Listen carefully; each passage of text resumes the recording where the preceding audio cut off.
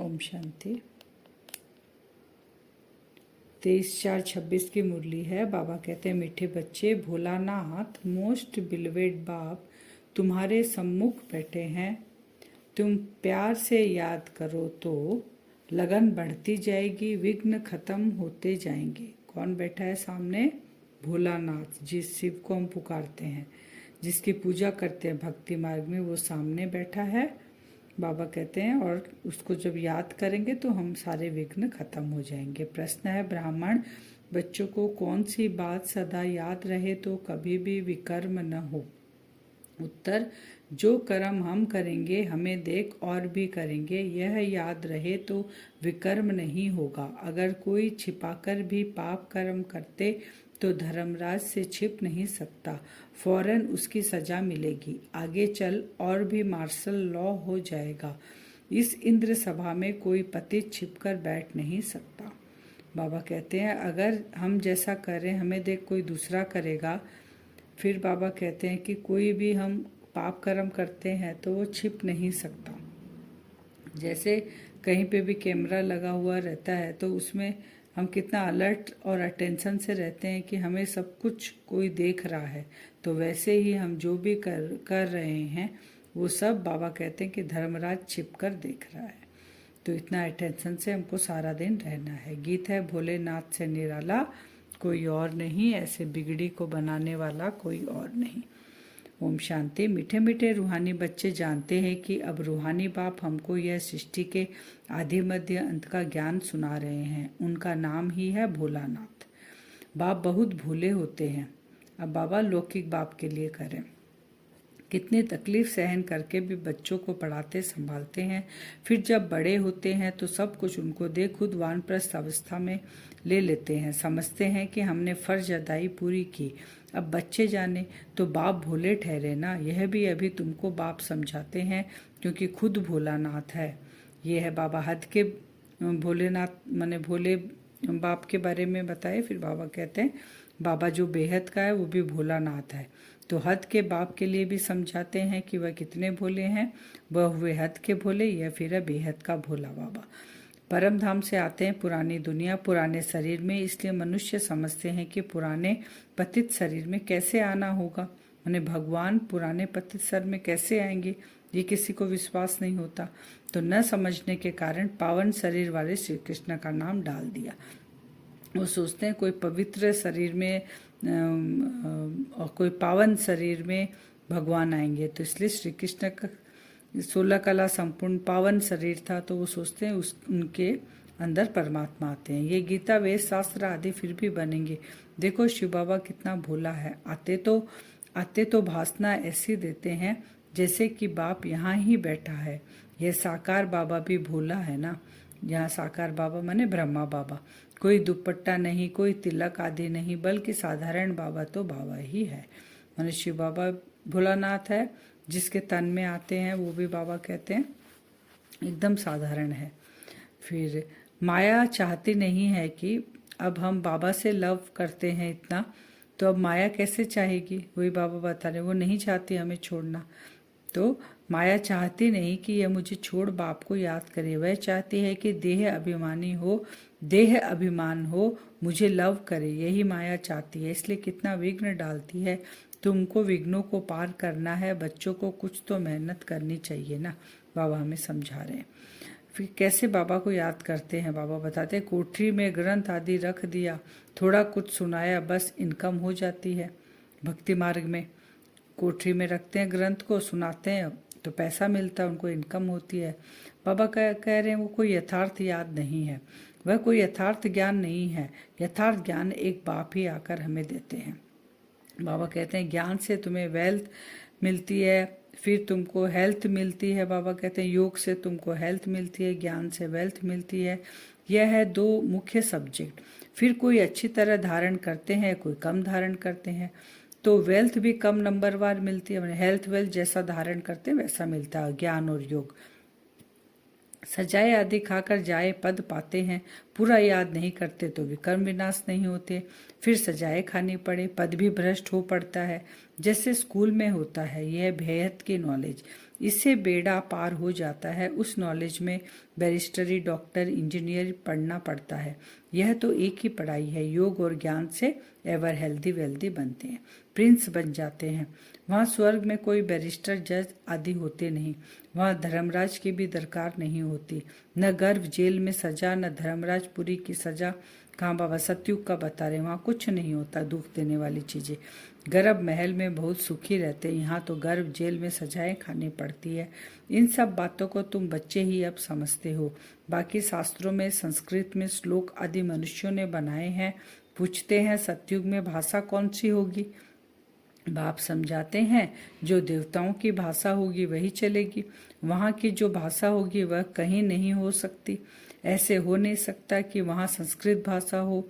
देवताओं और पतित मनुष्यों की एक भाषा हो नहीं सकती, क्योंकि अभी संस्कृत है ना, चलती है ना अभी संस्कृत।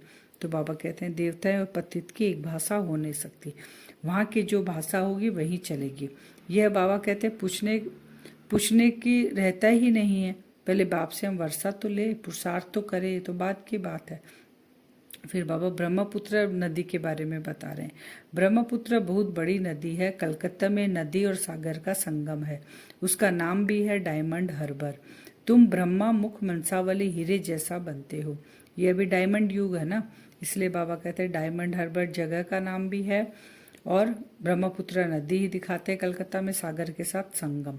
तो तुम ब्रह्मा मुख मनसावली हीरे जैसे बनते हो। बड़ा भारी मेला लगता है। कहाँ? कलकत्ता में।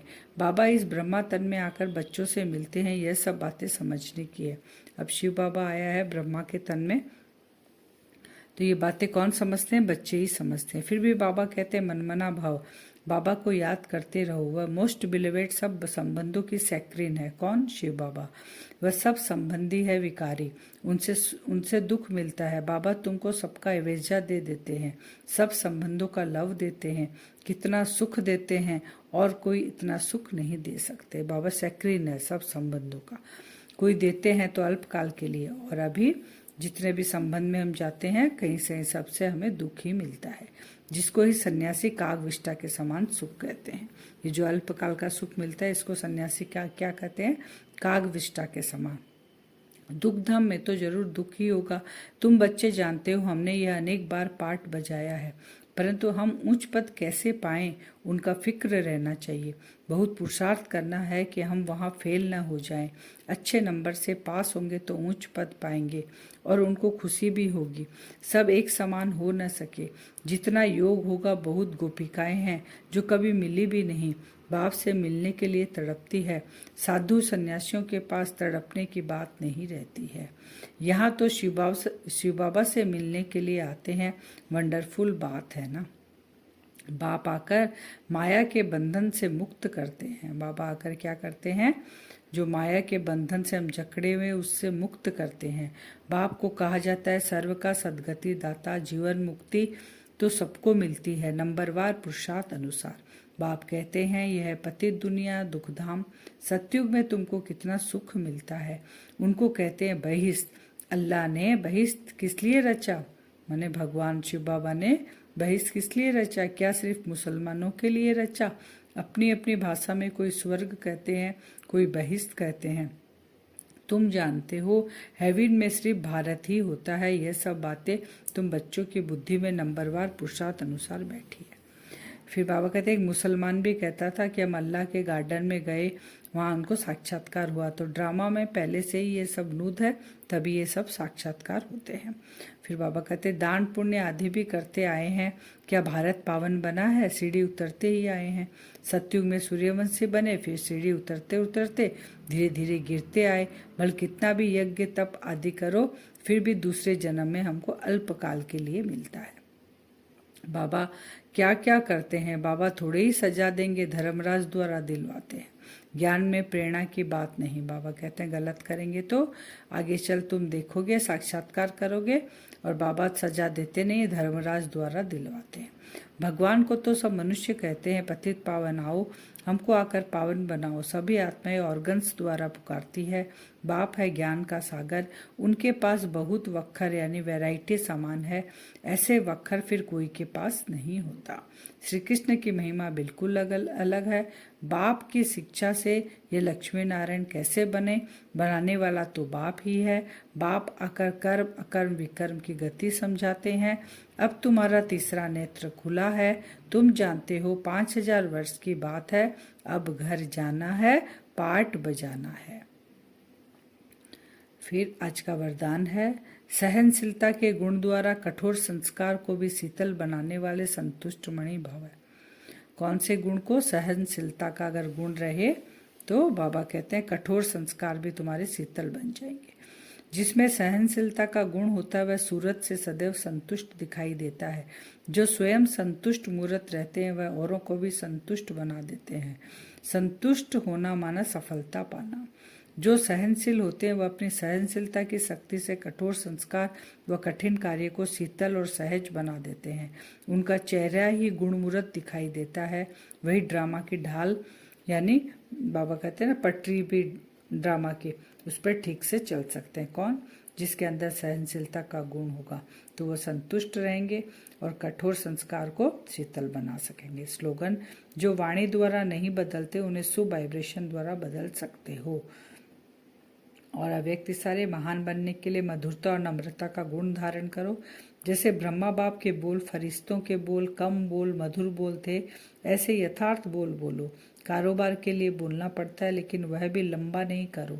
हर संकल्प बोल और कर्म में फॉलो फादर करो। हर बोल में मधुरता नम्रता की महानता हो। इसके लिए स्वयं को निमित्त समझकर हर कार्य करो, तब महानता के साथ नम्रता आएगी और सफलता मूर्त बनेंगे। तो कम मीठा थोड़ा बोलना है। बाबा कहते हैं नम्रता से और महानता से तुम्हें बोलना है। योग करेंगे 2 मिनट वरदान से। अपने आप को देखें भ्रकुटी सिंहासन में। मैं आत्मा विराजमान हूँ। मुझ आत्मा के अंदर ऐसा गुण है जो मेरे पुराने पास्ट के वर्तमान के जो भी कड़े संस्कार है सब शीतल होते जा रहे हैं। अपने आप को स्वमान दे। मैं सहनशीलता की देवी या देवता हूँ।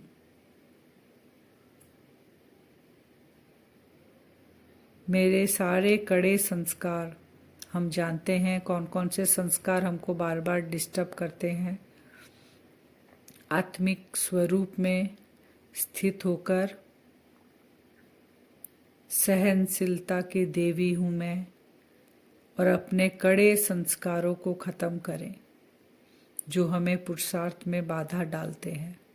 चेक करें अपने आप को और उसको भस्म करें, कड़े संस्कारों को। इस सहनशीलता के गुण से मैं आत्मा भरपूर और संतुष्ट बनती जा रही हूँ। मेरे खजाने में अप्राप्त कोई वस्तु नहीं।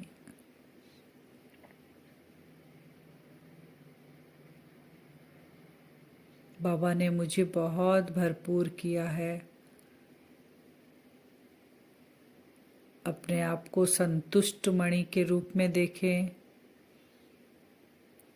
सहनशीलता की देवी के रूप में देखें। मैं आत्मा विराजमान हूँ भ्रकुटी सिंहासन में।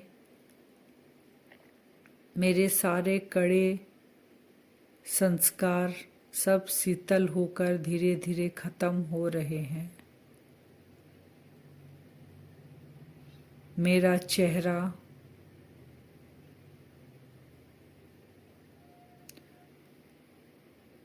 गुणमूर्त दिखाई दे रहा है। बाबा ने जो मुझे भरपूर किया है, मेरा चेहरा सबको अपनी ओर आकर्षित कर रहा है।